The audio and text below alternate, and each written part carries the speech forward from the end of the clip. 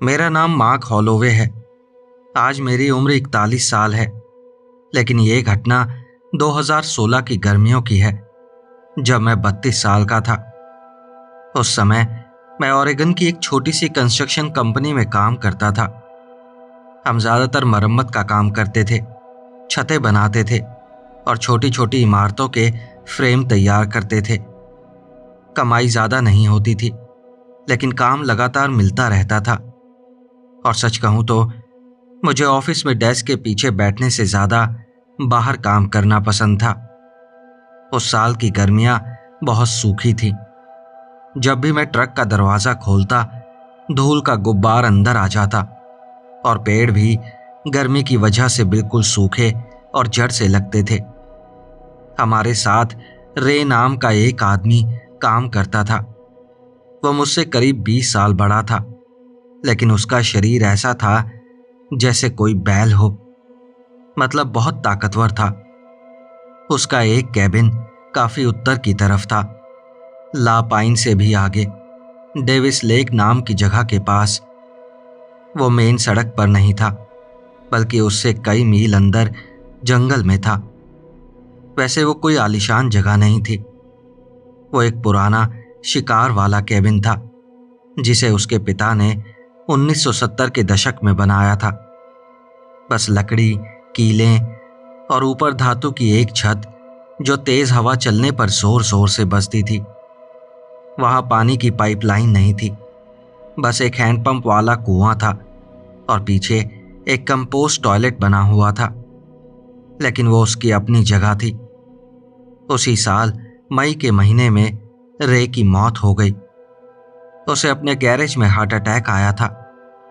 उसकी पत्नी डोना ने उसे उसके पिकअप ट्रक के पिछले टायर के पास झुका हुआ पाया था। मैं उसे बाकी लोगों जितना करीब से नहीं जानता था, लेकिन हमने साथ में काफी काम किए थे। जब ये खबर मिली तो हमारे बॉस ने उस दिन हम सबको छुट्टी दे दी। हम में से कुछ लोग उसके अंतिम संस्कार में गए।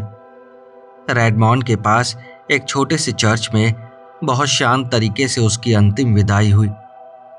कुछ हफ्तों बाद डोना ने हमारी टीम से पूछा कि क्या हम उसके कैबिन जाकर कुछ सामान पैक करने में उसकी मदद कर सकते हैं। वो उस कैबिन को अपने पास नहीं रखना चाहती थी। उसका कहना था कि उस जगह की हर चीज उसे रे की याद दिलाती थी। वो कैबिन खाली करवा कर शायद उसे बेच देना चाहती थी। वो अकेले ये काम नहीं कर सकती थी और उसके बच्चे भी स्टेट में अलग अलग जगह रहते थे। मेरे बॉस ने मुझे वहां जाकर ये काम संभालने के लिए कहा। उन्होंने मुझे एक अतिरिक्त छुट्टी भी दी ताकि मैं आराम से वहां जाकर सारा सामान समेट सकूं और जो भी डोना को चाहिए हो वो वापस ले आऊं। और इसी तरह मैं दुनिया से बिल्कुल कटी हुई उस जगह पर रे के कैबिन में अकेला पहुंच गया। वहां तक पहुंचने में करीब 4.5 घंटे लगे। मैं गुरुवार की सुबह कंपनी का ट्रक लेकर निकला। साथ में कुछ खाली डब्बे थे और कॉफी से भरा एक थर्मस था। मैं एक स्लीपिंग बैग और एक कूलर भी साथ ले गया। क्या पता रात को वहीं रुकना पड़ जाए। आज सोचता हूं, जैसे ही ट्रक के टायर पक्की सड़क से उतरकर कच्चे रास्ते पर आए थे, उसी पल मुझे वापस लौट जाना चाहिए था। जंगल के अंदर जाने वाला रास्ता मेरी याद से कहीं ज्यादा खराब था। जगह जगह से रास्ते अलग हो जाते थे और कहीं भी कोई बोर्ड या निशान नहीं था। मैं 2 बार रास्ता भटक गया। एक बार तो मुझे लगभग 1 मील पीछे लौटना पड़ा, क्योंकि मैं असली मोड़ की जगह हिरणों के चलने वाले रास्ते पर निकल गया था। दोनों तरफ के पेड़ इतने पास थे जैसे सड़क को दबोच लेना चाहते हो, और हवा बिल्कुल स्थिर थी। जब मैं आखिरकार कैबिन तक पहुंचा तो वो बिल्कुल वैसा ही दिख रहा था जैसा पिछली बार देखा था। नीचा और चौड़ा सा कैबिन, जिसके दरवाजे के ऊपर एक अकेली बरामदे की लाइट लगी थी और छत से निकली धातु की चिमनी किसी टूटे हुए पाइप जैसी लग रही थी। लेकिन सामने वाले दरवाजे का ताला टूटा हुआ था।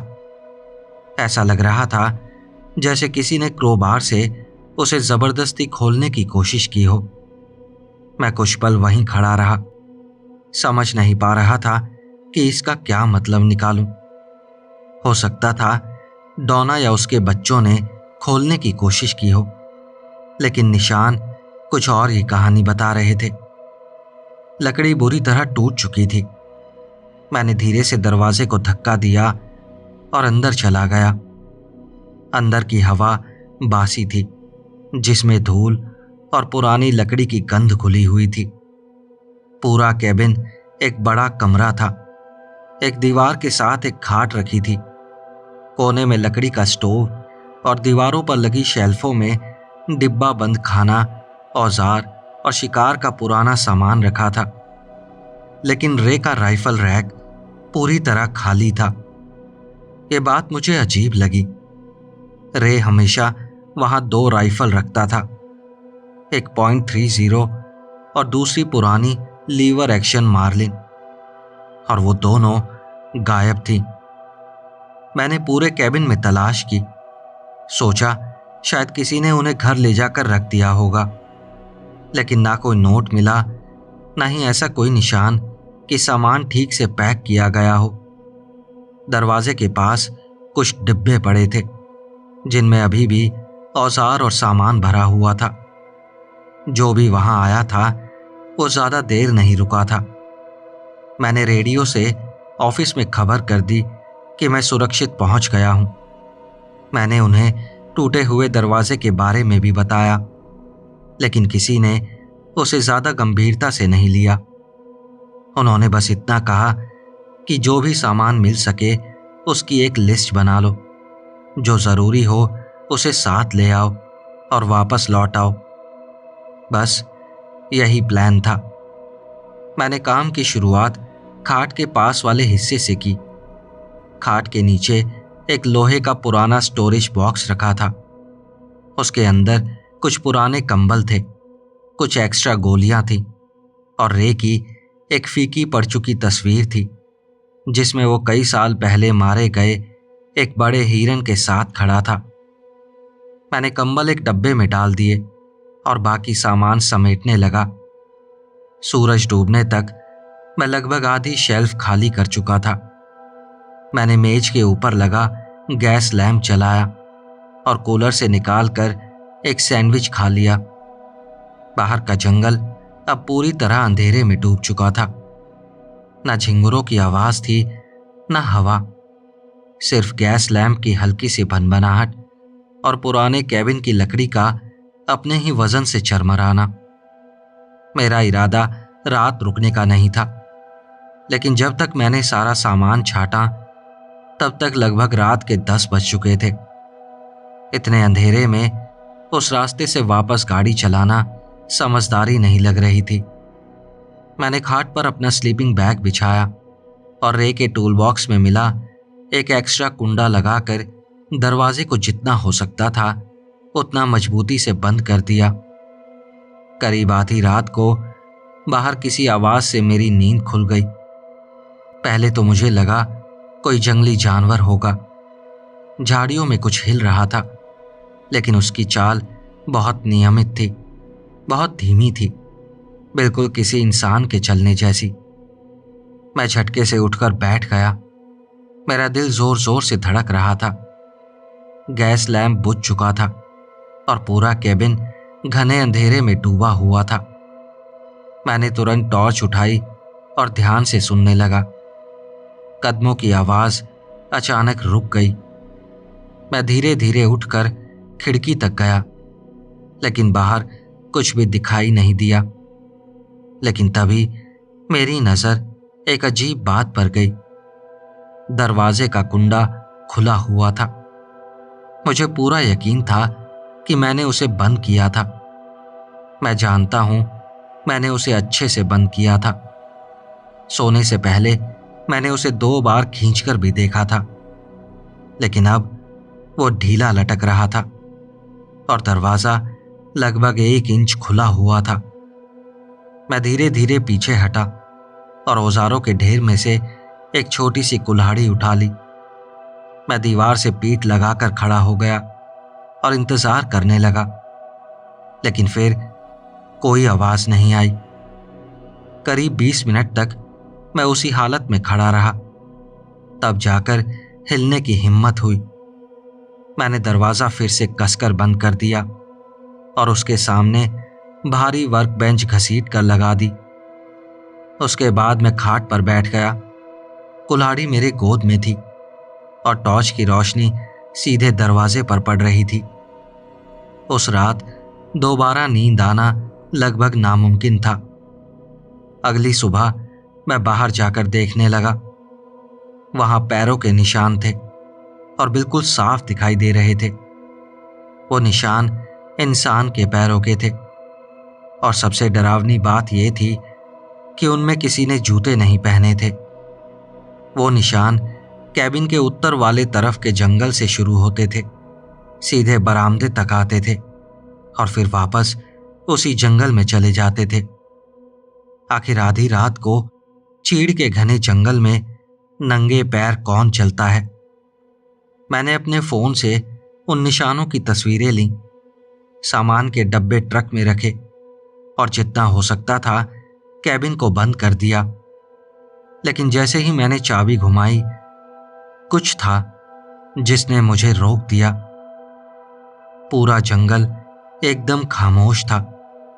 ना कोई चिड़िया, ना कोई गिलहरी, कुछ भी नहीं। मैं 1 मिनट तक वहीं खड़ा रहा। एक पैर ट्रक के अंदर था और मेरी नजर लगातार पेड़ों के बीच घूम रही थी। और तभी मैंने उसे देखा। जंगल के किनारे कोई खड़ा था। वो ना हिल रहा था, ना छिपने की कोशिश कर रहा था, बस मुझे देख रहा था। मैं उसका चेहरा नहीं देख पा रहा था, बस एक लंबी दुबली पतली आकृति दिखाई दे रही थी जिसके हाथ असामान्य रूप से नीचे लटक रहे थे, बिल्कुल खेत में लगे बिजूके की तरह। मैंने पलक झपकी और वो धीरे से पीछे हटकर एक पेड़ के पीछे गायब हो गया। लेकिन मेरे लिए इतना ही काफी था। मैंने ट्रक का दरवाजा जोर से बंद किया, इंजन स्टार्ट किया और उस जंगल वाले रास्ते पर पूरी रफ्तार से निकल पड़ा। मैं तब तक नहीं रुका जब तक हाईवे पर नहीं पहुंच गया। वर्कशॉप पहुंचकर मैंने अपने बॉस को वो सारी तस्वीरें दिखाई और जो कुछ हुआ था सब कुछ बता दिया। उन्होंने बस चुपचाप सर हिलाया। उन्होंने ज्यादा कुछ नहीं कहा। बाद में पता चला कि डोना ने कैबिन को पूरी तरह बंद करवा कर बेचने के लिए सेल पर लगा दिया था, लेकिन कोई भी उसे खरीदना नहीं चाहता था। वो जगह बहुत ज्यादा सुनसान थी और बहुत खराब हालत में भी। मुझे लगा अब मैं उस जगह को दोबारा कभी नहीं देखूंगा। लेकिन 3 साल बाद मुझे एक चिट्ठी मिली। वो रे के बेटे जैरेड की थी। वो अब टेक्सास में रहता था। उसने लिखा था कि अब आखिरकार कैबिन बिकने वाला है, लेकिन उससे पहले कोई आखिरी बार अंदर का सामान गिन कर देख ले। उसने बताया कि मेरा नाम इसलिए सुझाया गया क्योंकि मैं पहले भी वहां जा चुका था। मुझे उसी वक्त वो चिट्ठी फाड़ कर फेंक देनी चाहिए थी, लेकिन मैंने उसमें दिया हुआ नंबर मिलाया और हाँ कह दिया। उन्होंने कुछ पैसे मेरे खाते में भेज दिए और कैबिन की चाबी डाक से भेज दी। मैं खुद को यही समझाता रहा कि ये काम जल्दी खत्म हो जाएगा, बस अंदर जाना है और तुरंत वापस आ जाना है। और इस बार मैं अपने साथ .38 रिवॉल्वर भी लेकर गया। जब मैं कैबिन पहुंचा तो सामने वाला दरवाजा पूरी तरह खुला हुआ था।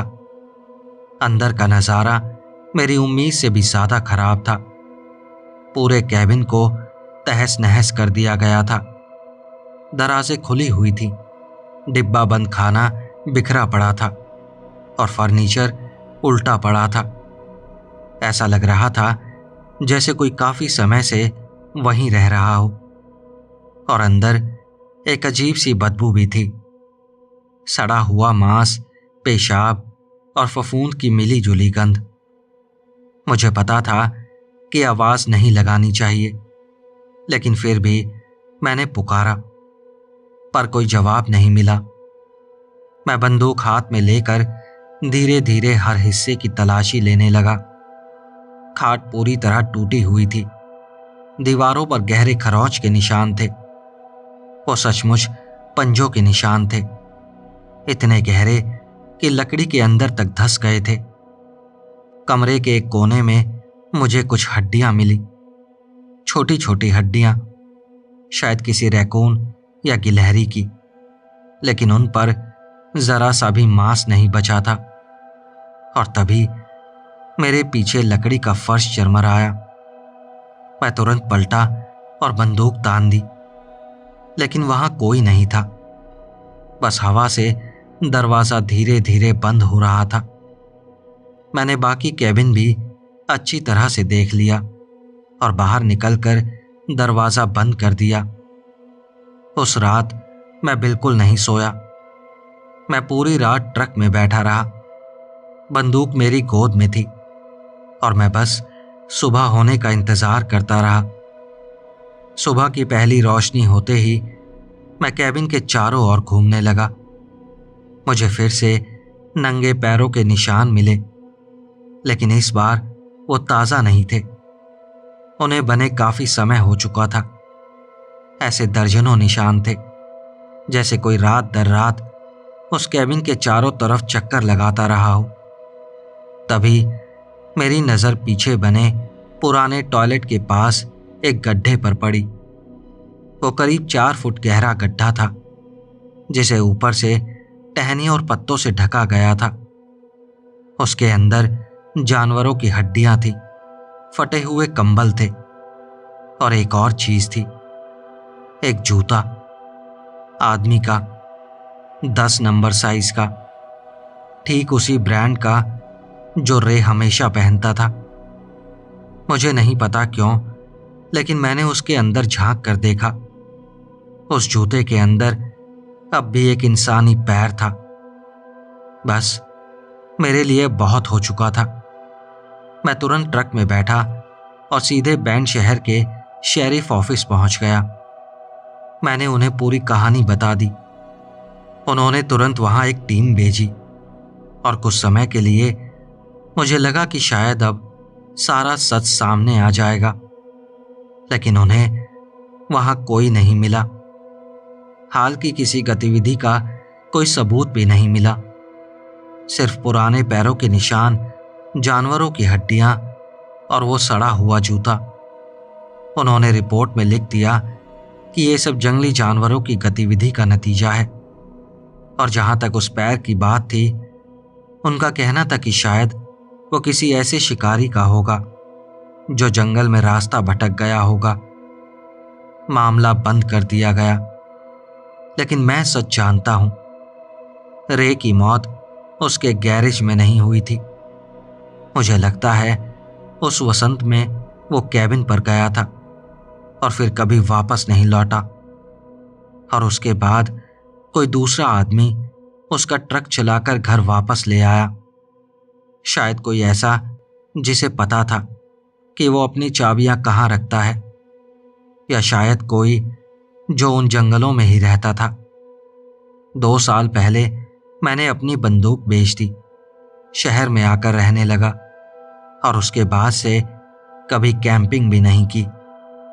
लेकिन आज भी जब रातें बहुत शांत होती हैं तो मेरे दिमाग में वही कैबिन उभर आता है। मुझे मिट्टी में बने वो नंगे पैरों के निशान दिखाई देते हैं। दीवारों पर बने वो गहरे पंजों के निशान दिखाई देते हैं। और फिर मैं सोचने लगता हूं, क्या वो चीज आज भी उसी जंगल में नंगे पैर घूम रही है? क्या वो अब भी किसी और के लौटने का इंतजार कर रही है, किसी ऐसे इंसान का जो मेरी तरह एक बार फिर उस कैबिन तक पहुंच जाए?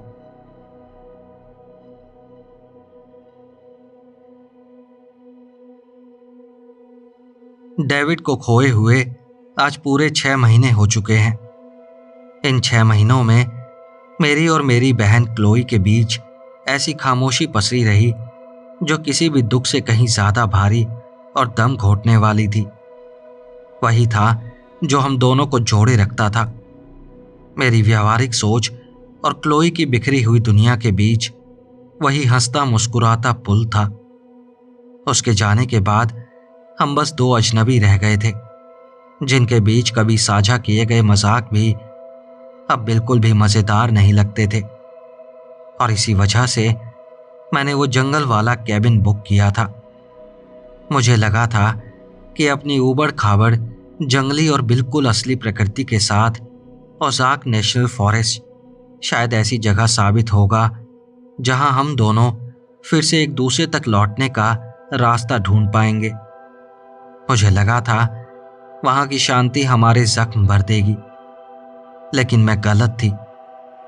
कैबिन तक पहुंचने के आखिरी कुछ मील सुनसान शब्द का असली मतलब समझाने के लिए काफी थे। मेरी सेडान एक टेढ़ी मेढ़ी कच्ची सड़क पर उछलती और हिलती डुलती आगे बढ़ रही थी। सड़क का रंग जैसे लाल था और हर मोड़ के साथ ऐसा लगता था जैसे वो धरती के और भी गहरे अंदर उतरती जा रही हो। हमारे ऊपर विशाल ओक और हिकरी के पेड़ों की घनी छत बनी हुई थी, जिसने ढलती दोपहर की धूप को पूरी तरह निगल लिया था और हमें नमी से भरी हरी सी धुंधली शाम में धकेल दिया था। मैंने स्टीयरिंग को कसकर पकड़ रखा था। उंगलियों के जोड़ सफेद पड़ चुके थे। मेरा आर्किटेक्ट वाला दिमाग बार बार यही गिन रहा था कि हम सभ्यता जैसी किसी भी चीज से कितनी दूर आ चुके थे। क्या हम पहुंच गए? क्लोई की आवाज बिल्कुल सपाट थी। उसकी हमेशा की मधुर लय जैसे गायब हो चुकी थी। जब से हमने मेन हाईवे छोड़ा था, उसने एक बार भी अपनी स्केच बुक से नजर नहीं उठाई थी। बस पहुंचने ही वाले हैं, मैंने अपनी आवाज में थोड़ी खुशी लाने की कोशिश करते हुए कहा। आखिरकार जब हमें वो कैबिन मिला तो वो जंगल के बीच एक छोटी सी ऊबड़ खाबड़ खुली जगह पर बना हुआ था। वो तस्वीरों से कहीं छोटा था। उसे बड़े बड़े काले लकड़ी के लट्ठों से बनाया गया था, जो देखने में सदियों पुराने लग रहे थे। लकड़ियों के बीच की दरारें पुराने टूटते हुए भूरे मसाले से भरी हुई थी। उसे देखकर ऐसा लगता था जैसे उसे किसी ने बनाया नहीं, बल्कि वो खुद जमीन के अंदर से उगाया हो। मेरे दिमाग में सबसे पहला ख्याल उसकी मजबूती को लेकर आया। अंदर कदम रखते ही लकड़ी के धुएं और गीली मिट्टी की तेज गंध ने हमारा स्वागत किया। पूरा कैबिन बस एक बड़े कमरे का था, जो ड्राइंग रूम, डाइनिंग रूम और बेडरूम तीनों का काम करता था। एक दीवार पर पत्थरों से बना बड़ा सा फायरप्लेस था। सारा फर्नीचर हाथ से बनाया गया था, मजबूत था और समय के साथ उसकी सतह चिकनी हो चुकी थी। आखिरकार क्लोई ने अपनी स्केचबुक से नजर उठाई। उसकी गहरी भूरी आंखें बिल्कुल डेविड जैसी धीरे धीरे पूरे कमरे का जायजा लेने लगी। ये तो बिल्कुल परफेक्ट है, उसने धीमे से कहा। उसके होठों पर उसकी पुरानी मुस्कान की बस एक हल्की सी झलक दिखाई दी। पहला दिन जैसे एक नाजुक सा समझौता था। हमने ओज़ाक हाईलैंड्स ट्रेल का लगभग 5 मील लंबा रास्ता तय किया।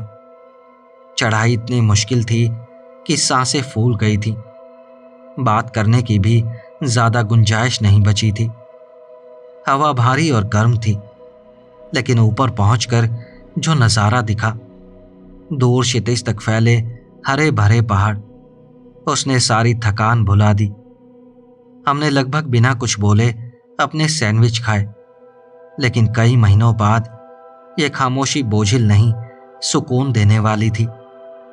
मैंने देखा क्लोई ऊपर गर्म हवा के सहारे चक्कर लगाते एक बाज को ध्यान से देख रही थी।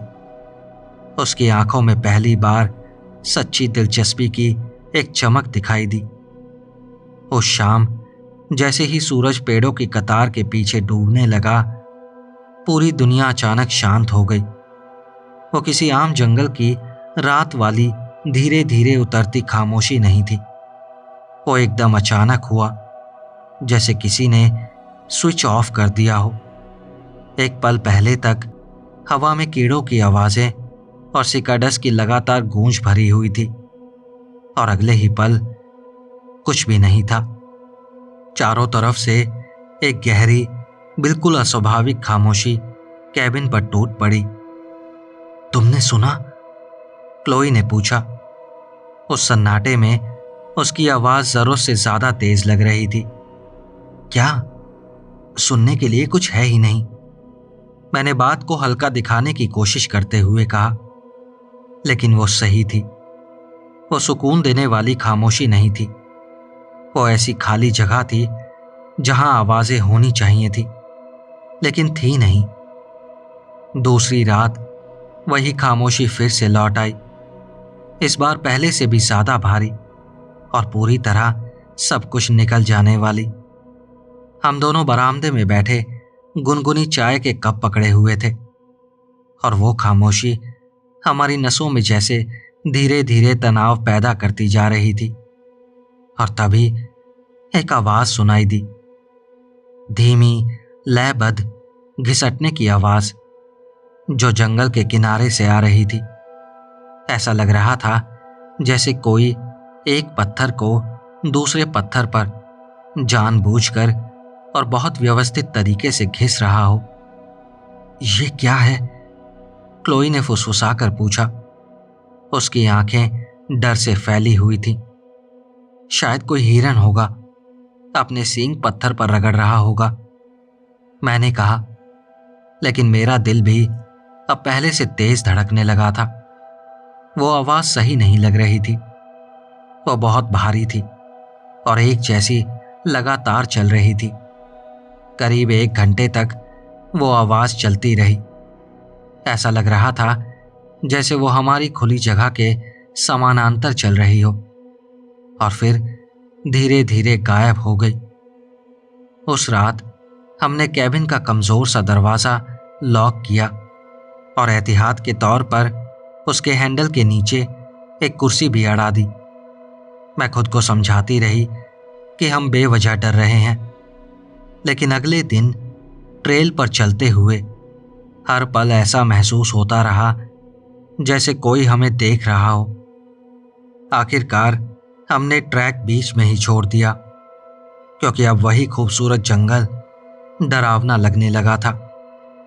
उस शाम घिसटने की आवाज पहले से भी जल्दी शुरू हो गई, ज्यादा तेज थी, और इस बार साफ लग रहा था कि वो पहले से कहीं ज्यादा पास थी।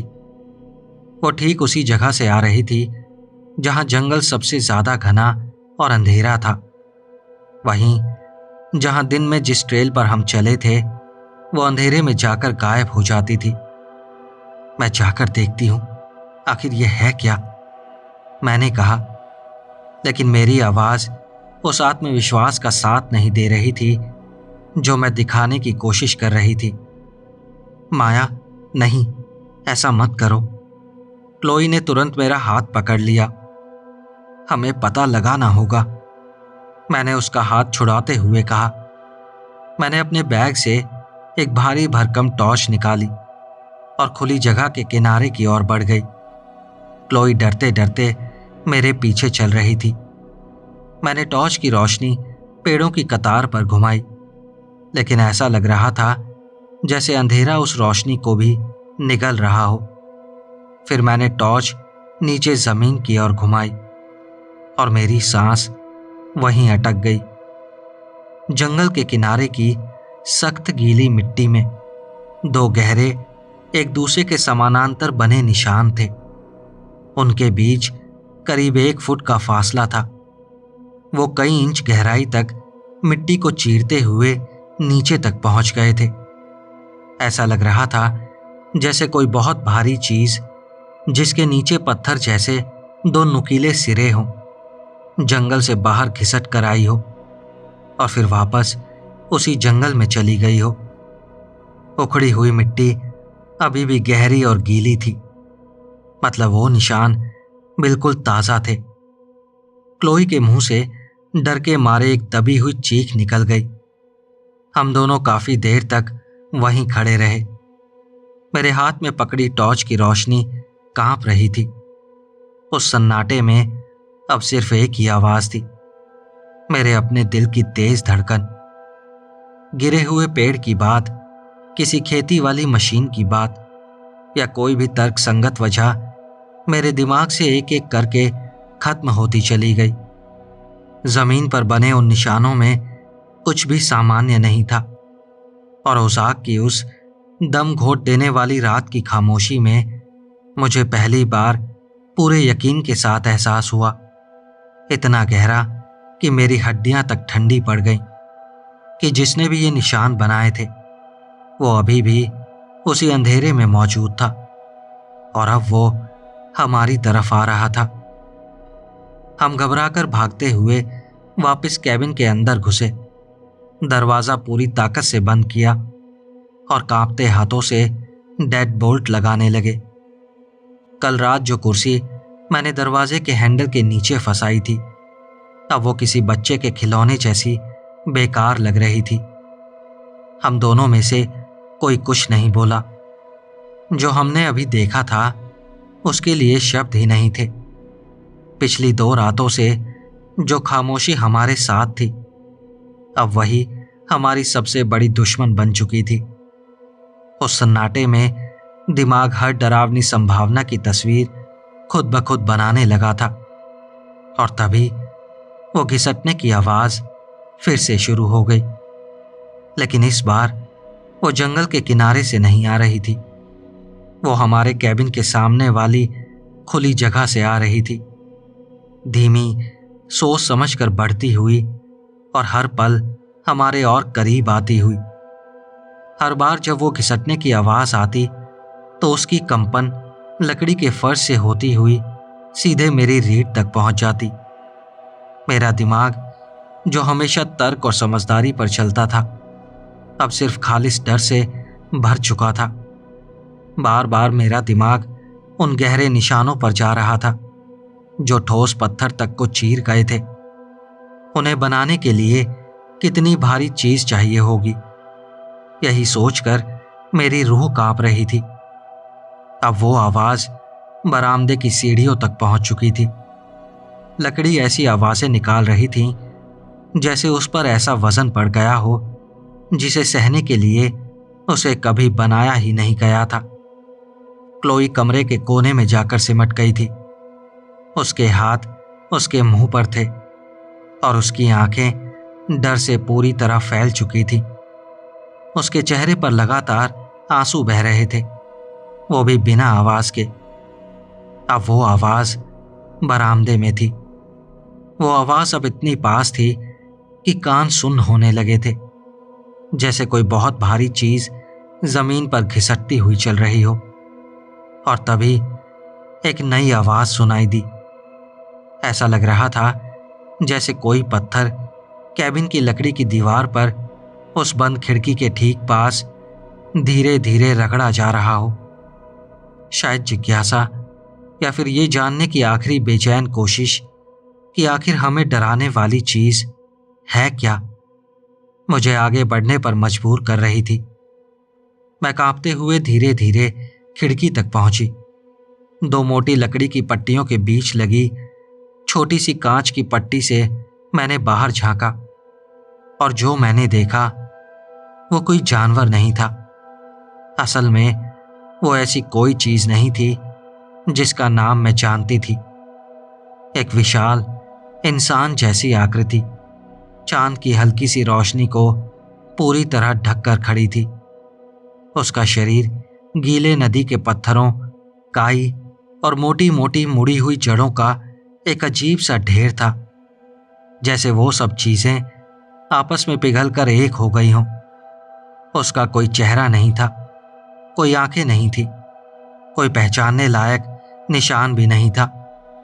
वो बस पत्थर, मिट्टी और किसी ऐसी अनजानी ताकत से चलने वाली चीज थी जिसे समझ पाना नामुमकिन था।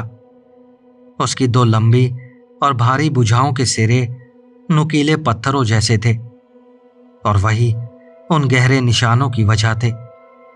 वो अपनी एक भुजा को धीरे धीरे दीवार पर खिसट रहा था, जैसे धैर्य से उसकी मजबूती परख रहा हो।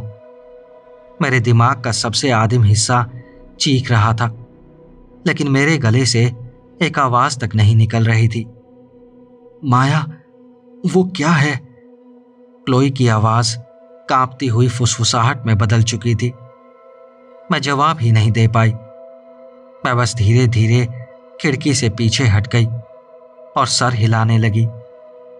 उसका वो रूप हमेशा के लिए मेरे दिमाग में छप चुका था।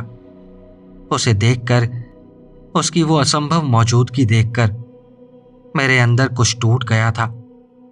एक पल के लिए मेरी आंखों के सामने सिर्फ डेविड था, नीचे गिरता हुआ, रस्सी टूटती हुई, और मेरा हाथ जो उसे पकड़ने के लिए बढ़ा था, लेकिन खाली हवा को ही पकड़ पाया। मैं उसे बचा नहीं पाई थी, लेकिन क्लोई को बचाने में मैं नाकाम नहीं होऊंगी।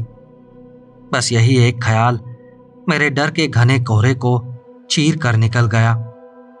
वो चीज अब केबिन के सामने वाले दरवाजे की तरफ बढ़ गई और उसने दरवाजे पर बहुत जबरदस्त दबाव डालना शुरू कर दिया। वो किसी भालू की तरह पागलों वाला हमला नहीं था। वो धीमा था, सोचा समझा हुआ, और बहुत धैर्य से किया जा रहा था। मोटा ओक का दरवाजा कराहने लगा था। उसकी लकड़ी के रेशे जैसे दर्द से चीख रहे थे। दरवाजे की चौखट से लकड़ी के छोटे छोटे टुकड़े टूटकर नीचे गिरने लगे थे। छत से धूल झड़ने लगी थी। ऐसा लग रहा था जैसे हम किसी डब्बे के अंदर बंद हों और बाहर कोई चीज बहुत धैर्य से उसे खोलने की कोशिश कर रही हो। क्लोई फूट फूट कर रोने लगी। हम यहीं मर जाएंगे। नहीं, ऐसा नहीं होगा, मैंने कांपती हुई लेकिन दृढ़ आवाज में कहा। सोचो क्लोई, कुछ तो सोचो। मुझसे नहीं हो रहा। वो रो पड़ी। उसका पूरा शरीर कांप रहा था। तभी अचानक उसकी आंखों में डर के अलावा कुछ और भी चमका। कोई पुरानी याद। नक्शा, वो नक्शा, उसने हकलाते हुए कहा और कांपती उंगली मेरे बैग की तरफ उठा दी।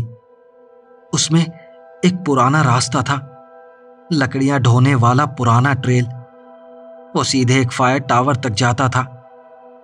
फायर टावर, जमीन से काफी ऊंचा बना लोहे का टावर, यानी हमारे लिए बच निकलने का एक मौका।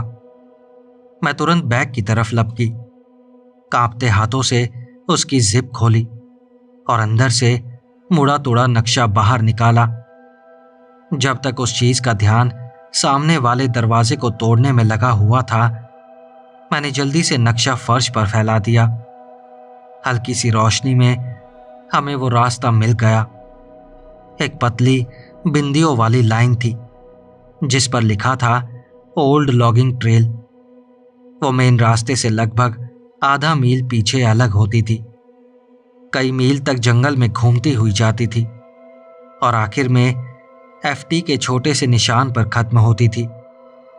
मेरे डर के बीच उम्मीद की एक सुई जैसी तेज किरण चुभ गई। पीछे वाली खिड़की, मैंने फुसफुसा कर कहा और रसोई के सिंक के ऊपर बनी छोटी चौकोर खिड़की की तरफ इशारा किया। उसी वक्त उस चीज ने दरवाजे पर जोरदार धक्का मारा और पूरे कैबिन में लकड़ी के टूटने की तेज आवाज गूंज उठी। हमारे पास अब ज्यादा समय नहीं था। सामने दरवाजे पर हो रही टूट फूट और घिसटने की आवाजों के बीच हमने पीछे की खिड़की खोलने की कोशिश शुरू कर दी।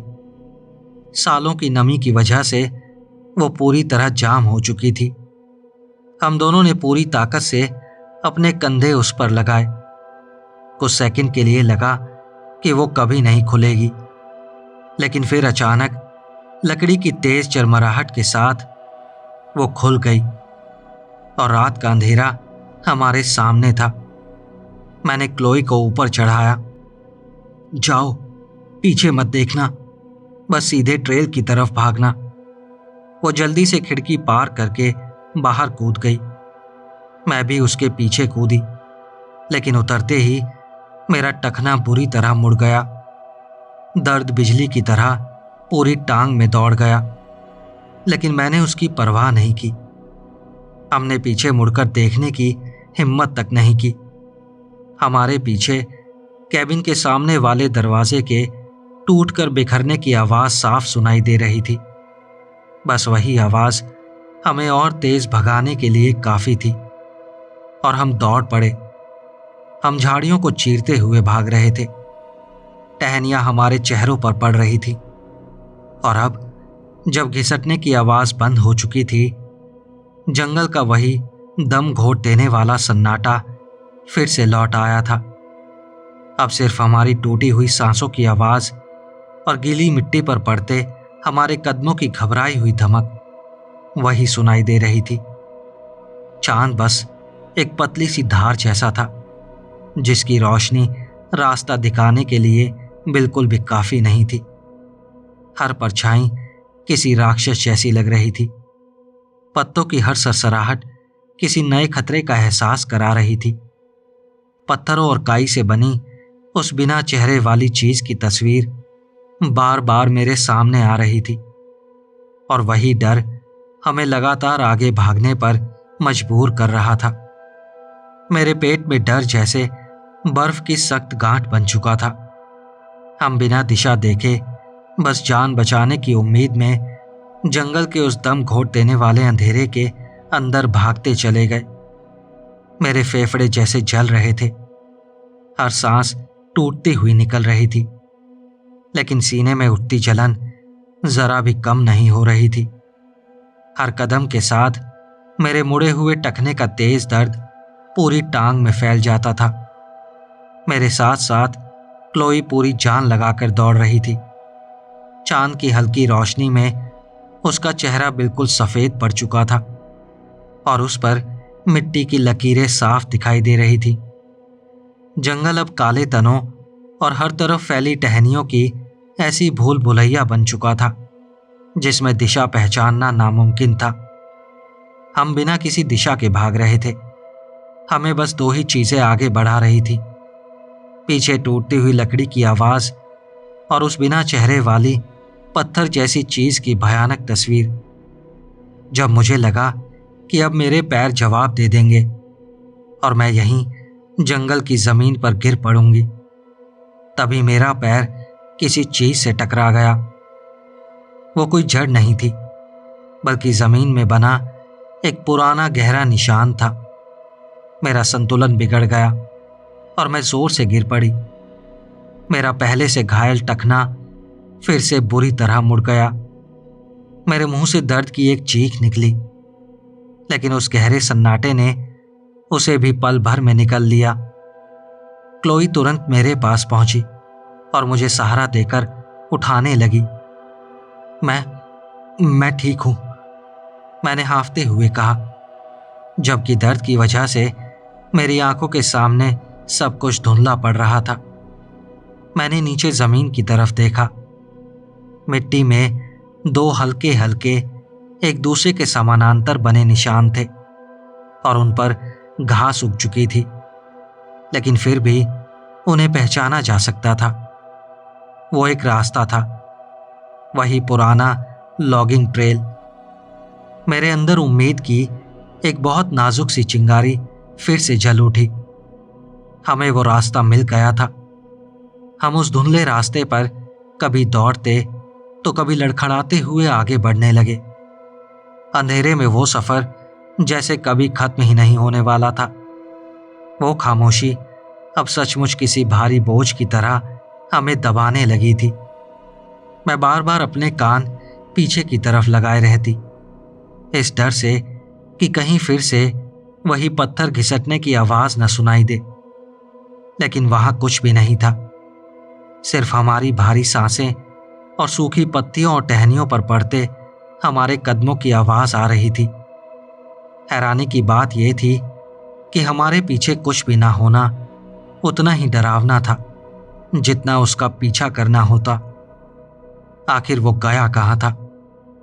हमारे सामने आसमान का रंग धीरे धीरे गहरे काले से बदलकर बैंगनी होने लगा और तभी हमें वो दिखाई दिया।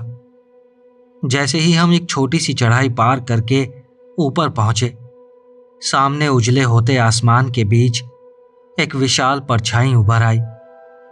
लोहे की बीमों और खंभों से बना एक ऊंचा कंकाल जैसा ढांचा आसमान की तरफ इशारा करता खड़ा था।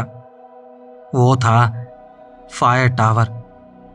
उसे देखते ही जैसे हमारी सारी थकान कुछ पल के लिए गायब हो गई। हमने अपनी बची हुई आखिरी ताकत जुटाई और तेज ढलान चढ़ते हुए उसकी तरफ भागे। टावर बहुत पुराना था, जंग लगा हुआ और शायद सालों से भुला दिया गया था। उसके चारों तरफ जालीदार बाड़ लगी थी, लेकिन उसका एक हिस्सा बहुत पहले ही टूट चुका था। हम उसी टूटे हिस्से से उसके अंदर घुसे और उस लोहे की घुमावदार सीढ़ी तक पहुंचे जो सीधे ऊपर आसमान की तरफ जाती थी। लेकिन ऊपर चढ़ना भी अपने आप में किसी डरावने सपने से कम नहीं था।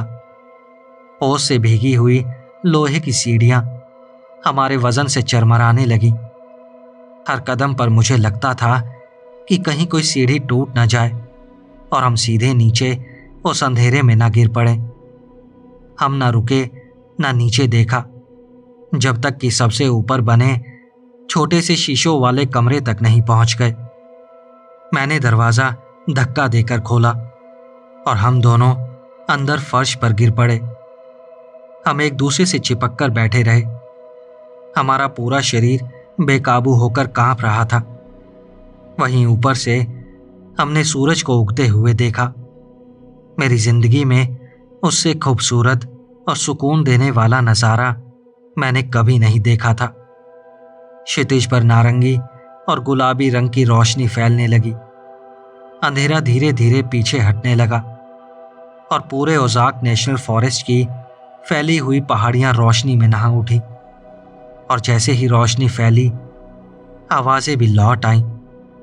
सबसे पहले एक चिड़िया चहकी, फिर दूसरी भी उसके साथ जुड़ गई। कुछ ही देर में पूरा जंगल फिर से चिड़ियों की चहचहाहट, पेड़ों के बीच बहती हवा की सरसराहट और कीड़ों की भनभनाहट से भर गया। दुनिया की सारी सामान्य आवाजें जैसे वापस लौट आई थी। वो अस्वाभाविक खामोशी आखिरकार टूट चुकी थी। हम सुरक्षित थे। हम दोपहर तक उसी टावर में रुके रहे। सूरज की रोशनी हमें किसी सुरक्षा कवच जैसी महसूस हो रही थी। हम में इतनी हिम्मत नहीं बची थी कि दोबारा उस कैबिन तक वापस जा सके। उस लॉगिंग ट्रेल पर चलते हुए जहां जाकर वो एक कंकरीली सर्विस रोड से मिलती थी, वहां तक पहुंचना भी बहुत लंबा और नसें तोड़ देने वाला सफर था। हर परछाई में कोई छिपा हुआ दिखाई देता था। हर टूटती टहनी की आवाज पर हम दोनों डरकर उछल पड़ते थे। कई घंटों बाद हमें दूर से उड़ती धूल दिखाई दी। एक पुराना फोर्ड ट्रक हमारी तरफ आ रहा था, जिसे एक पाक रेंजर चला रहा था।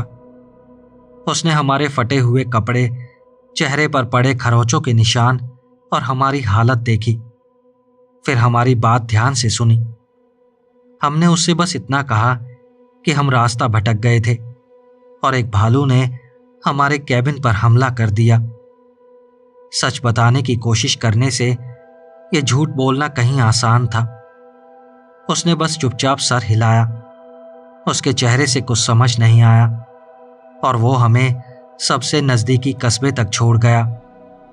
वहां पहुंचकर हमने स्थानीय शेरिफ के पास रिपोर्ट दर्ज कराई। उसने कहा कि वो किसी को कैबिन की जांच के लिए भेज देगा, लेकिन उसके बाद हमें कभी कोई जवाब नहीं मिला। कुछ समय बाद हम बस से वापस शहर लौट आए और अपनी जिंदगी का वो पूरा अध्याय अरकानसस के जंगलों में हमेशा के लिए छोड़ दिया। दोस्तों, अगर आपको ये दोनों कहानियां अच्छी लगी हों तो इस वीडियो को लाइक, हाइप और शेयर करना मत भूलना। कमेंट्स में अपने फीडबैक और सजेशंस भी ज़रूर देना। और अगर अभी तक चैनल सब्सक्राइब नहीं किया है तो चैनल भी सब्सक्राइब कर लेना ताकि ऐसी वीडियोस आपसे मिस ना हो। अगर आप मुझे और सपोर्ट करना चाहते हैं तो आप इस चैनल की मेंबरशिप भी ले सकते हैं। तो चलिए मिलते हैं अगली वीडियो में ऐसी ही और कहानियों के साथ। नमस्कार।